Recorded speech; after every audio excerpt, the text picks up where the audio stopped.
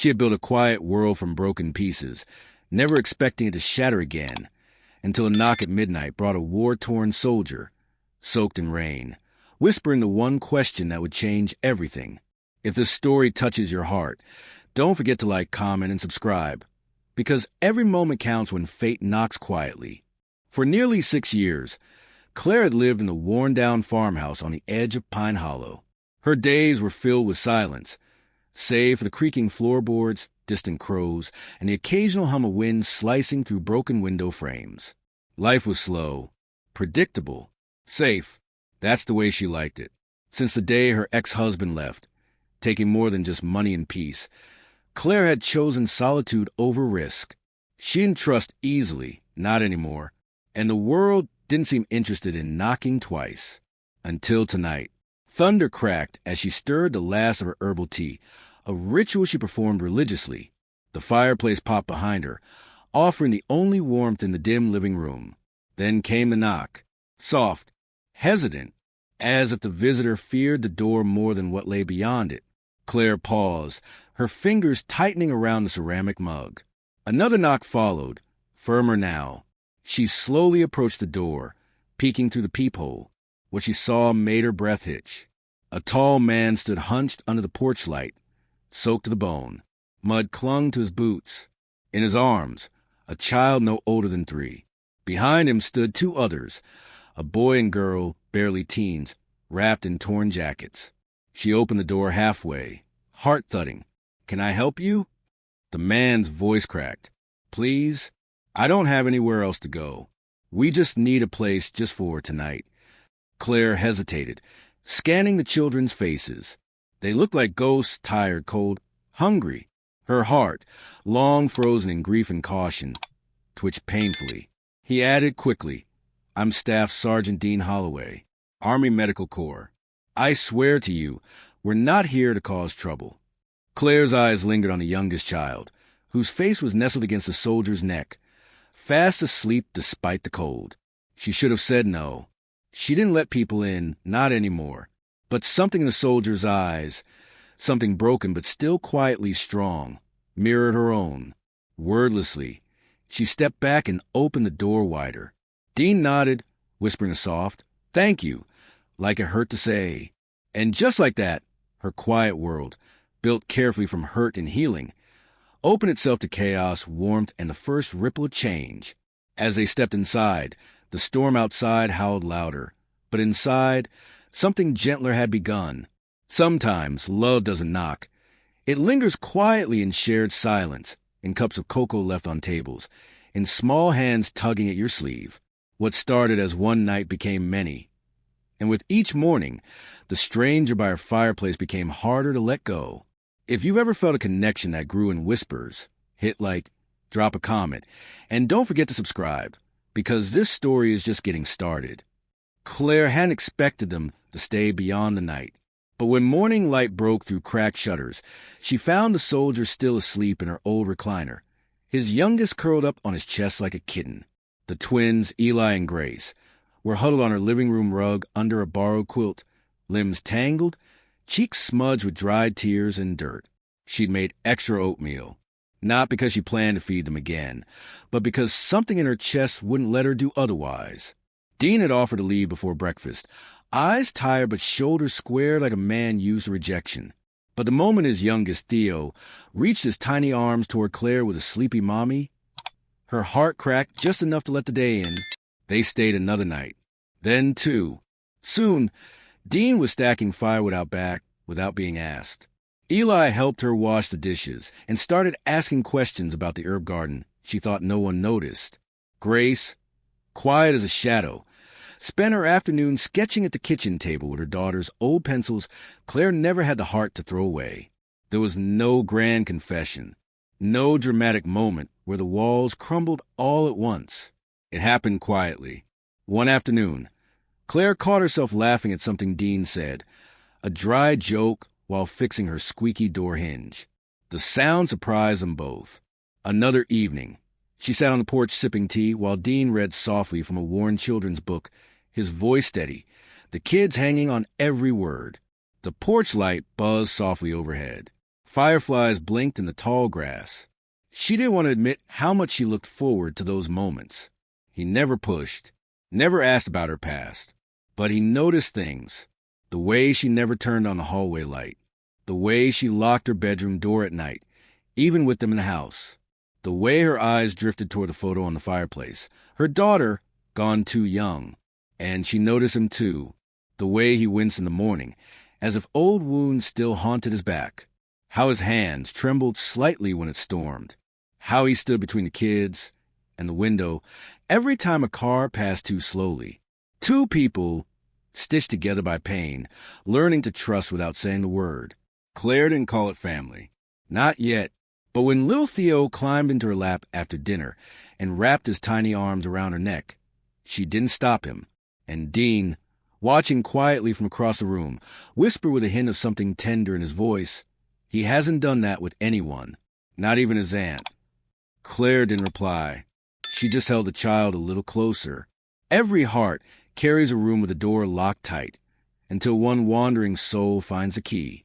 Tonight, that key finally turns, and the past floods in like moonlight through an open window.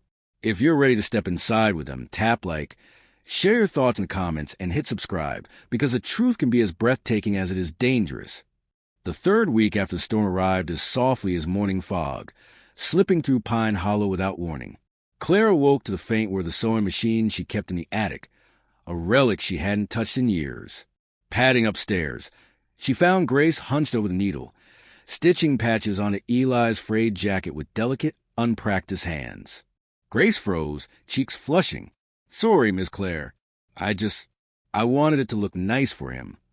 Instead of scolding, Claire laid a gentle hand on the girl's shoulder. "You're doing beautifully," she whispered. But her gaze drifted to the edge of the fabric.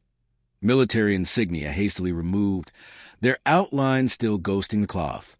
Why would a child know how to pick apart rank patches? Downstairs, Dean rummaged through a battered duffel. Claire's voice caught in mid-motion. "Those patches!"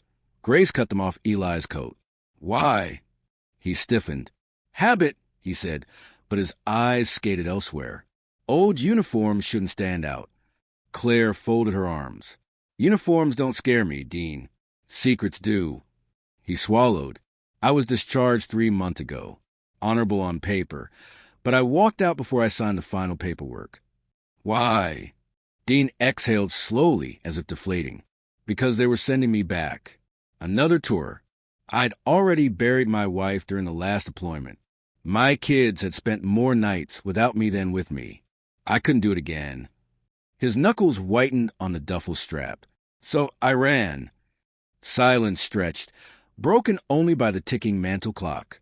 Claire's pulse thudded. Harboring a deserter, a crime, yet the man before her wasn't dangerous. He was a father clinging to family. Dean's voice wavered. "We've been hiding since, moving town to town. I thought one more day on the road wouldn't hurt. Then that storm hit, and you opened your door." Claire's throat tightened. She knew the ache of running, from grief, from places where memories clawed too deep. She also knew what happened when the world's cold rules found you. Footsteps scuffed the hallway. Eli appeared, jacket now mended, Grace trailing behind. "Dad?" Eli asked, sensing the tension. Dean knelt, pulling his son close. "It's okay, bud." Grace's small voice cut through. "Are we leaving again?" Claire's heart twisted at the fear in those words. Fear she herself had once spoken to empty rooms after her daughter's accident.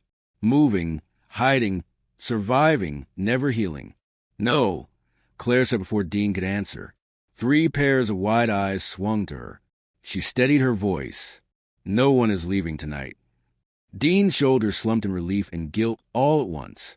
"Claire," she raised a hand, "we'll figure this out. Together. But there can't be half-truths anymore." For the first time, Dean's guard expression cracked fully, revealing raw gratitude and terror what honesty might cost. Claire felt the echo of her own buried secret stir. The locked drawer in her bedroom holding the newspaper clipping about the accident that stole her daughter. Someday, she would have to let that truth breathe too. But tonight, 2 broken worlds had begun to share one fragile light. And somewhere in a hush between confessions, a promise, unspoken yet undeniable, took root.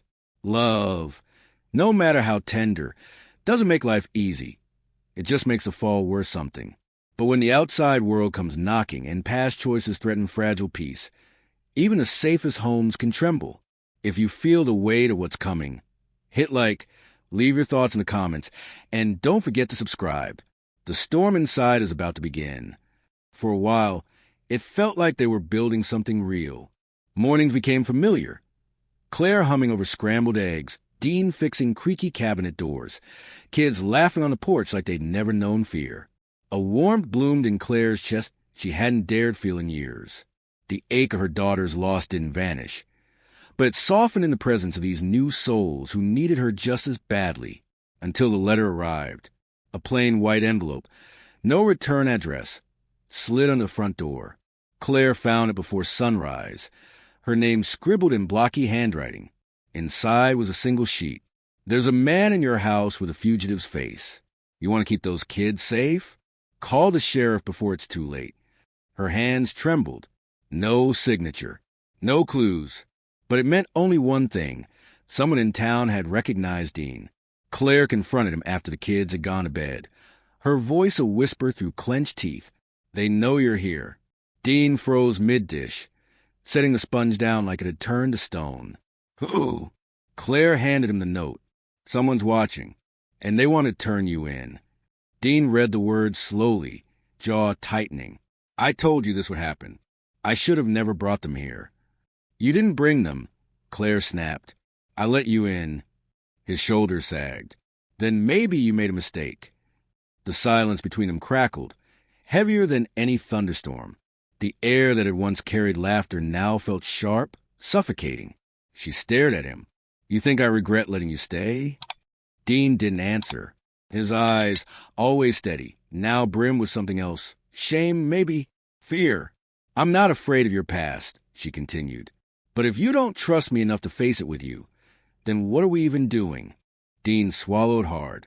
You have a life here. People know you. If they find out you're sheltering someone like me, you're not someone like you, Dean, she whispered fiercely. You're a father. You're kind. You're the first good thing to walk through my door in years. But they won't see that. They'll only see what I left behind. And what if I see more? Claire asked, voice barely audible. Does that matter to you? Dean looked away, pain flickering across his face. It matters too much. That's the problem. For the first time since they met, Claire felt him pulling away. Not out of anger, but protection. He thought he was doing the right thing. He thought leaving would save her. She reached out, fingers brushing his arm. You don't get to decide alone anymore. But his silence said he already had. That night, Dean sat by the window until sunrise, watching the road like an enemy might rise from it. Claire stayed awake, too, listening for footsteps that never came. The note still sat on the kitchen table, unburned, unanswered, but its presence had already lit a fire neither of them knew how to put out. Sometimes the hardest battles are the ones we fight alone in the dark, when doubt creeps in and whispers, you're not enough. As fear closes in and silence grows heavy, both hearts must ask, is this really love or just borrowed comfort? If you've ever questioned where you stand in someone's world, like, comment and subscribe, because in this part, everything wavers. The days that followed were strangely quiet. Dean moved like a shadow in his own borrowed life, fixing what needed fixing, helping with the kids, but never quite meeting Claire's eyes. He smiled when spoken to, said thank you and good night, but the warmth behind the words had dimmed. He was building a wall, plank by careful plank, and Claire felt each bore like a wound. She tried to shake it off, told herself it was the tension, the fear of being discovered. But deep down, she knew it was more. Something had cracked in him. One afternoon, she found him outside by the woodshed, splitting firewood with a quiet rage. Sweat glistened on his brow, the blade striking deep again and again. Not for heat, not for chores, for escape. Dean, she called softly, can we talk? He didn't look up. About what? About why you've gone silent on me. Why you won't let me in. He finally paused, exhaling like he'd been holding his breath for days. Because I don't know what happens next, Claire. I don't have a plan. I don't even know if staying here is right anymore. She stepped closer. Right for who? For you? For them? Or for me? He wiped his hands on his shirt, avoiding her gaze. I brought danger to your doorstep. That note, it was a warning. There's more where that came from. What if next time it's a cop at the door? What if they take the kids away? Her voice cracked. And what if they don't? What if this life we've built here is the safest thing any of us have had in years? He looked at her then, truly looked, and she saw it. The exhaustion, the fear, and beneath it, a flicker of hope he was too afraid to name. I'm not asking you to fix it, she whispered. I'm asking you to believe in it. In us. He dropped the axe. I want to. God, Claire, I want to. But I'm not the man you think I am. She stepped even closer. Then show me who you are. All of you. Not the soldier. Not the fixer. Not the guy who disappears when things get hard. Show me the man who sat at my table and taught my kid how to laugh again. Dean turned away, blinking hard. I'm scared. So am I, she said gently. But I'm still here. That night, Claire stood alone in the kitchen after everyone had gone to bed. She stared at the dinner table, for empty plates, for half-finished cups of cocoa, and wondered if love was supposed to feel this uncertain. Upstairs, Dean sat on the edge of the bed, staring at his boots for a long time. In the next room, Grace whispered something in her sleep, and Theo coughed twice before settling back into silence. They were still under the same roof. But for the first time, Claire wasn't sure how long they'd stay that way. Just when a heart begins to accept darkness as its home, a small light flickers. Unexpected, undeserved, and utterly needed. Sometimes hope doesn't roar back. It whispers. If you've ever longed for a second chance after nearly giving up, like, comment and subscribe, because healing begins in the quietest moments. It was Grace who brought the first spark back. The girl had grown more comfortable in Claire's home, talking more, drawing more, even helping in the garden. But one morning, she stood silently at the kitchen counter, holding something in her small, ink-stained hands. Aunt Claire, she said quietly. Claire turned from the stove, surprised. What did you just call me? Grace flushed. I'm sorry. I didn't mean... Claire crossed the room and knelt down, her voice soft. Don't ever be sorry for that. She hugged the girl tightly, and Grace didn't let go for a long time. Dean saw it from the doorway. He'd come down to grab coffee, but froze when he saw them. The child he'd been protecting from the world, clinging to a woman who had never asked to be part of their lives, yet somehow had become part of their family. That evening, Claire found something strange on the porch bench. Her daughter's old music box. She hadn't seen it in years. The lid was open, the melody broken and worn, but playing. She turned it over and found a tiny note folded beneath it. We can't change where we came from, but maybe this could be a place we stay. Dean. Claire read it twice, then pressed the note to her chest. The next day, Dean joined her in the garden, helping her replant the cucumbers the twins had accidentally trampled during a game. He didn't speak much, just worked beside her in the soil, sleeves rolled up, his silence no longer cold, but thoughtful. At dusk, Theo toddled into the kitchen, wearing Claire's oversized sun hat, dragging a stuffed bunny behind him. Mama Claire, he chirped. She froze. Dean, standing in the doorway, stiffened. Claire looked down at Theo with gentle eyes and knelt. I'm not your mama, sweetheart, but I love hearing you call me that. Dean's expression cracked, just slightly, and he stepped forward. Claire, he began, voice rough, about the other night, about what I said.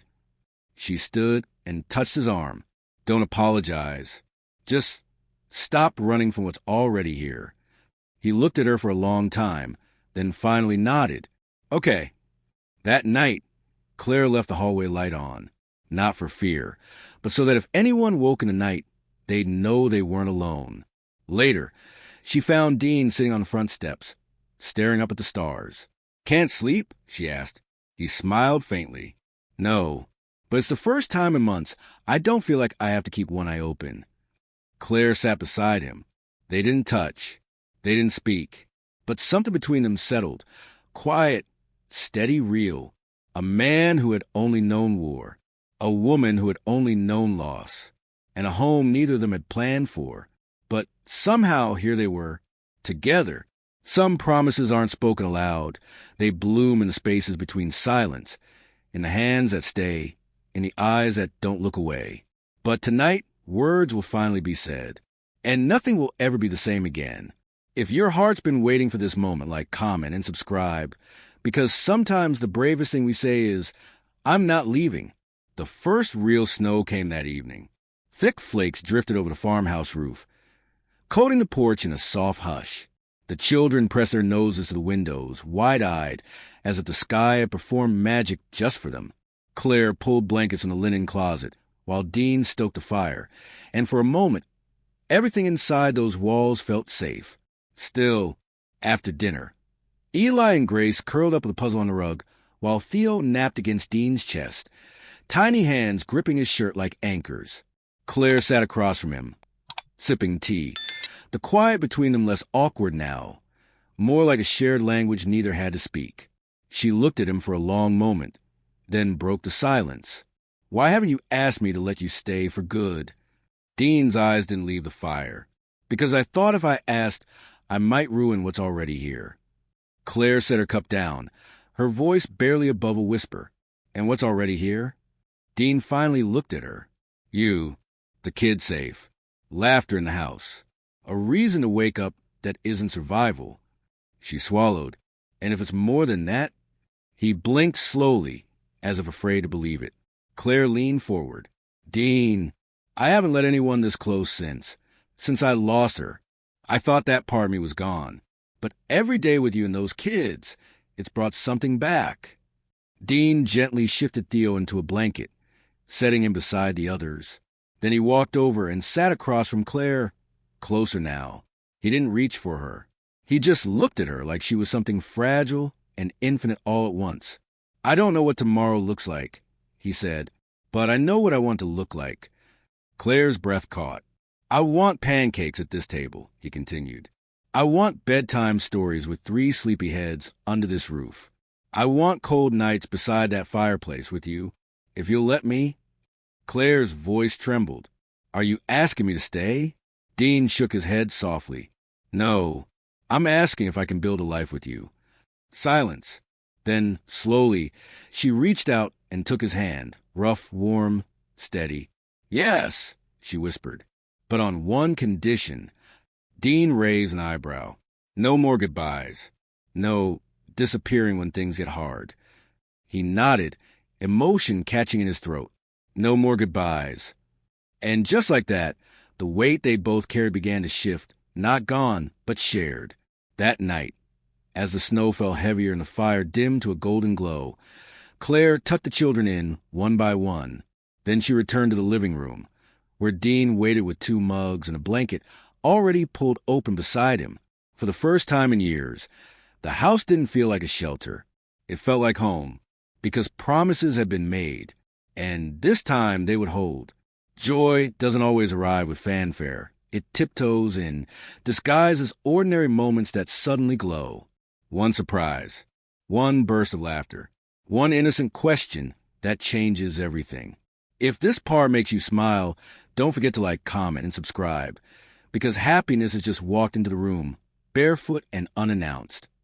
The snow didn't stop for 3 days. Trapped inside, the house became a soft bubble of warmth, filled with the sounds of board games, spilled cocoa, Theo's endless questions, and Grace's humming as she drew scenes of the family she never thought she'd have again. Dean fixed the rickety upstairs door, while Claire taught Eli how to bake her late grandmother's cinnamon bread. The kitchen filled with sweet steam and powdered sugar dusted on everyone's faces. Even Claire's cheeks hurt from smiling. It was on the 4th morning, when the snow had begun to melt in patches, that something unexpected happened. Theo ran into the kitchen in his mismatched socks, clutching a crumpled piece of paper in both hands. Look what I drawed. Claire bent down, smoothing out the paper. The drawing was clumsy, with crooked stick figures and too many arms, but she recognized them all, herself, Dean, Grace, Eli, and Theo, drawn together in front of a lopsided house with hearts floating above. Claire smiled. Is this our house? Theo nodded excitedly. And that's you. And Daddy. And us. Dean walked in just in time to hear the next part. And this, Theo added proudly, pointing to a small stick figure drawn between him and Claire, is the baby in Mommy Claire's tummy. Claire froze, blinking. Dean nearly dropped the mug in his hand. Grace let out a quiet gasp from behind her coloring book, and Eli shouted, "Wait, what?" Claire looked at Theo, laughing now. "Honey, what baby?" Theo tilted his head with innocent certainty. "The one you're going to have." Dean's eyes shot to Claire, wide and panicked, but she was already kneeling in front of the boy, gently taking his hands. "Sweetheart," she said kindly, "there's no baby. That's just your imagination." Theo paused, confused, and smiled again. "Oh, well, maybe soon." Dean coughed into his sleeve, red-faced. Claire met his eyes and couldn't help but laugh. A full, bright sound that shook the kitchen walls. She turned back to Theo. "That's a beautiful picture. But for now, how about we all just have cinnamon bread?" The kids cheered, oblivious to the moment they'd just created. Later, after the children had gone off to play, Dean joined Claire on the back porch, cheeks still pink from earlier. "About the picture," he began. Claire chuckled, leaning her shoulder against his. "I didn't think your son would propose for you." Dean laughed, then grew quiet. "It was the first time I saw him draw us as a family. All of us." Claire's smile softened. "It's the first time I let myself feel like one." He reached for her hand, fingers intertwining with hers. "No pressure about anything," he said awkwardly. "But if someday you did want—" "I know," she said quietly. "And maybe someday—" They stood there a while, watching the last snow melt off the trees. Joy, they realized, doesn't always come when you're ready. But sometimes it comes exactly when you need it most. Real love doesn't fear storms. It learns to hold on through them. But even the strongest bonds can be tested by time, by distance, by choices that no one sees coming. Will they endure, or will the cracks finally break them apart? If you've ever fought for something worth keeping, like comment and subscribe, because this is where the truth meets the trial. Spring came late that year. The snow melted into mud. The chickens returned to their coop. The fields behind the farmhouse turned green again. But with the warmth came the letters. Dean had gone into town for groceries when the sheriff caught up to him. Nothing aggressive, just a friendly conversation. A reminder that people talk, that rumors travel, that his name had made it to someone with just enough authority to stir trouble. Claire found him that night standing on the edge of the porch, gripping the letter in one hand and clenching the railing with the other. "They want me to come in voluntarily," he said, not turning around. Said I could explain myself. Said they might help me clear my record. Claire stepped forward. "That's good, isn't it?" Dean's voice was low. "Unless it's a trap. I don't trust the might. I've been told maybe before, right before they slapped handcuffs on my wrists." She touched his back gently. "What do you want to do?" "I want to stay." He looked over his shoulder. "But I don't want this house, this family, to be under a shadow because of me." Claire's chest tightened. "You are this family." But the fear in his eyes said otherwise. The next few days stretched long and quiet. Dean was physically present. He helped Eli repair his toy drone, held Theo when he scraped his knee, even made Claire tea before bed. But something inside him was already packing bags. Late one night, she found him in the barn, tightening the straps on a small military-style duffel. Her heart dropped. "You're leaving?" Dean didn't look at her. "It's just for a few days. I need to go make it right. For the kids. For you. You don't have to protect us by disappearing again," she said, her voice breaking. "This time, I'm not running. I'm walking in the front door. I'll face it." Claire stepped closer. "And what if they don't let you walk back out?" Dean finally looked at her. Pain etched into every line of his face. "Then you'll know I didn't leave because I didn't love you." The words hung in the air between them. Claire's breath hitched. "You love me?" He nodded. "I've loved you since the night you opened your door and didn't ask questions. Since you held my son like he was your own. Since you gave us a home we didn't think we deserved." Claire's tears fell freely now. "Then promise me, really promise me, that no matter what happens, this isn't the end. He stepped forward, cupped her face gently. It's not the end. It's the storm before the calm. And just like that, he kissed her. Not with urgency, not with desperation, but with quiet truth, a promise sealed in silence. Then he walked away. The next morning, the house felt colder. The kids didn't understand why he was gone. And Claire, she held on to the kiss and waited, because sometimes love isn't about holding tight. Sometimes it's about letting go and believing they'll come back. Every ending holds a seed of beginning, sometimes quiet, sometimes trembling, but always waiting to bloom. When love survives absence and hope dares to knock again, the story changes. If your heart is holding its breath, hit like, leave a comment and subscribe, because it's finally time to begin again. Dean was gone for 8 days. Each one stretched like a season. Claire kept her hands busy, mending clothes, tending to the garden, rereading old recipe cards. But her thoughts were never still. At night, she sat by the window with Theo asleep in her lap and the music box playing softly, the same broken lullaby her daughter once loved. She didn't tell the kids where Dean had gone, just said he was doing something brave. Grace seemed to understand. Eli didn't ask. But Theo, every morning, he looked at the door and whispered, "Daddy back yet?" On the 9th day, just before sunset, the sound of tires crunching gravel echoed through the trees. Claire stepped out onto the porch, her heart a war zone, hope battling fear. Dean stood beside the car. No cuffs, no uniform, just him. He looked tired, older somehow, but there was something in his eyes. Peace. A stillness she hadn't seen before. She didn't move, didn't speak. He walked up the steps slowly, like he wasn't sure if he still belonged. "I told them everything," he said, voice raw, "and they listened. No charges. They filed the papers. I'm no longer wanted. I'm not hiding anymore." Claire's breath left her in a single shaky gasp. Dean stepped closer. "I don't have a past anymore, Claire. Just whatever future you're willing to build with me." Her lip trembled. "I waited for you." "I know," he said, reaching for her hand. "And I came back because you gave me something worth returning to." Behind her, the screen door burst open. "Daddy!" Theo cried, barreling out and launching himself into Dean's arms. Dean dropped to his knees, hugging him tightly, face pressed into his son's hair. Grace and Eli followed, smiles breaking across their faces like dawn. Claire stood at the edge of the porch, eyes brimming with tears. Dean looked up at her over Theo's shoulder. "I have nothing left to give but everything I am. Will you take it?" Claire stepped forward, knelt beside him, and placed her hand over his. "I already did," she whispered. That night, they ate by candlelight, not because the power was out, but because it felt like celebration. Eli asked if they were going to stay forever. Claire smiled. "As long as forever lets us." Later, after the kids had gone to bed, Dean and Claire sat on the porch wrapped in a quilt, watching the moon rise over the fields. "I was afraid," Dean said quietly, "that time would change things."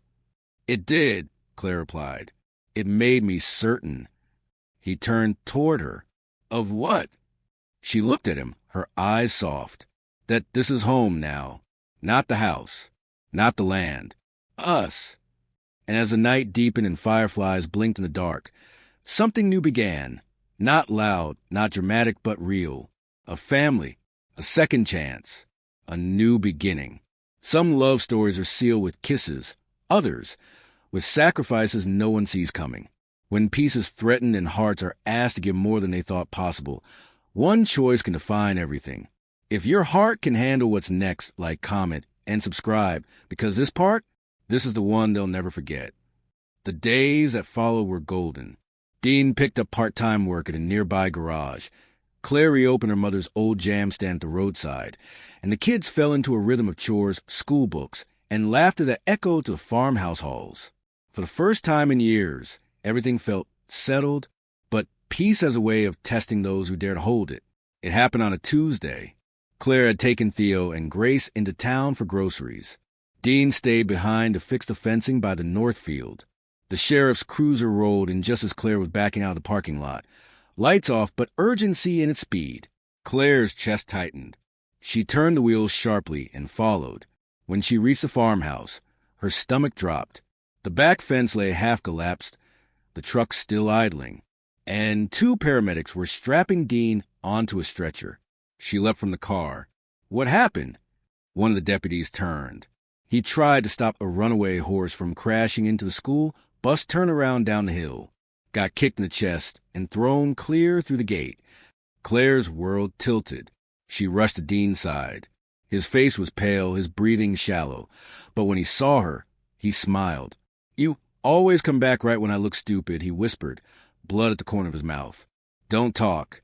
Don't move," Claire begged, gripping his hand. But he pulled her closer, voice strained. "I couldn't let the kids get hurt, Claire. I saw the bus coming. I just reacted."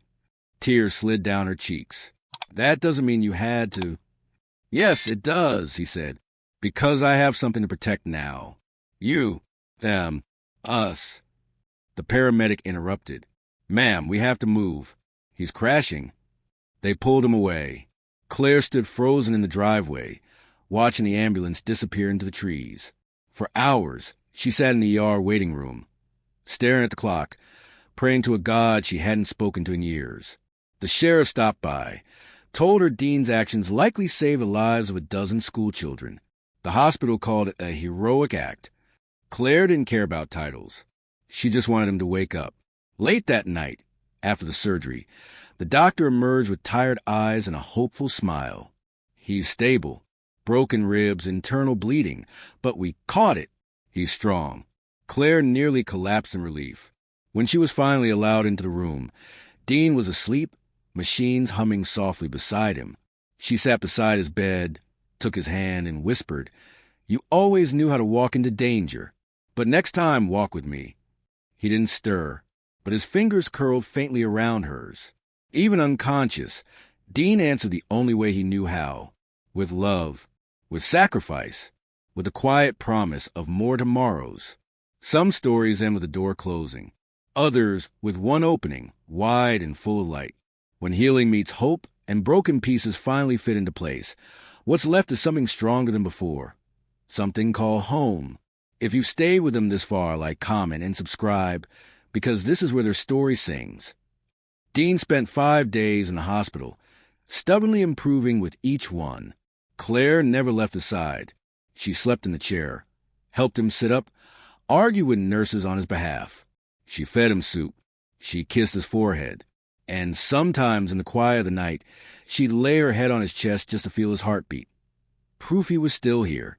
When they finally brought him home, the kids had turned the living room into a banner-covered welcome party. Grace drew a huge sign, "Welcome back, Dad." Eli baked cookies slightly burnt, and Theo wore a cardboard crown labeled Daddy's Hero. Dean stood in the doorway, cane in hand, mist in his eyes. That night, Claire tucked him into the downstairs bedroom, a temporary setup until his ribs healed. She leaned in to kiss his cheek, but he pulled her gently down beside him. "I don't want to wait anymore," he whispered. She frowned. "For what?" He reached under the pillow and pulled out a tiny, folded box. Claire's breath caught. "It's not flashy," Dean said, "and it doesn't come with cathedral or choir, but it comes with 3 kids who already call you Mom. It comes with my promise that I'll never leave again. Will you marry me, Claire?" She laughed through her tears. "You're literally half-drugged and lying on a heating pad." He grinned. "I didn't want to wait for perfect. I just wanted to ask you while we still have forever in front of us." Claire took the box. Inside, the ring wasn't new. It was his late wife's band, simple, gold, and filled with history. "You don't have to wear this," he said quickly. "We can get a new one." She shook her head. "This one is perfect, because it means something." She slid it onto her finger, kissed his knuckles, and whispered, "Yes." 1,000 times, yes. In the weeks that followed, life settled in a way it never had before. Dean healed. Claire laughed more. The jam stand blossomed into a local favorite. Neighbors who once watched from a distance began dropping off casseroles and birthday invites. The town had seen enough sacrifice to know when someone deserved a second chance. And on a warm Sunday morning, with the kids dressed in their best and wildflowers in her hair, Claire stood barefoot on the porch and married a man who walked into her life whispering, "Please, can we stay?" They didn't need a church, just a promise, 3 children, and the farmhouse that held every joy, fear, and fight they'd survived together. As the sun dipped behind the trees and fireflies blinked open like tiny stars, Dean wrapped his arms around her and whispered, "You saved me." Claire leaned into him, eyes closed. "No, we saved each other." And in that moment, nothing else mattered. They had fought for this. They had waited for this. And now they had it. Home. Harmony. Forever.